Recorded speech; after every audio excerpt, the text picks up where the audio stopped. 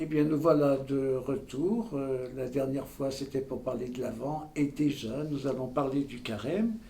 Et ces derniers temps, nous avons entendu Jésus, dans l'évangile de Marc, nous avons entendu Marc nous dire que Jésus aimait se retirer au désert pour prier et se retrouver seul à seul avec son Père.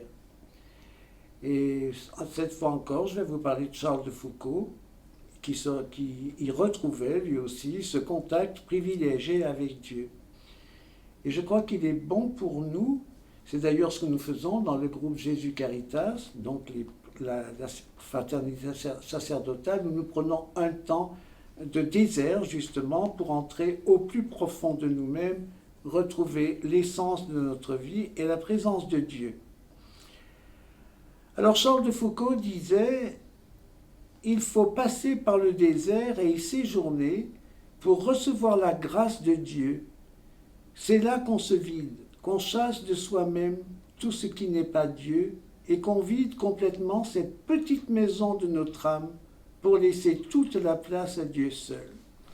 Voilà, donc je crois qu'on pourrait retenir de cela le chant: Seigneur, avec toi nous irons au désert. Maintenant, deux petits mots sur le carême. J'aime beaucoup cette expression qui m'a aidé à vivre le carême et surtout les efforts de carême. C'est vrai que cette année, les efforts de carême, nous en faisons presque depuis un an, puisque nous vivons toutes sortes de privations. Mais le carême, c'est la politique des petits pas. Sur ce chemin qui nous mène à Pâques, on fait un pas, un autre, on chute, on se relève, un temps d'arrêt avant de repartir.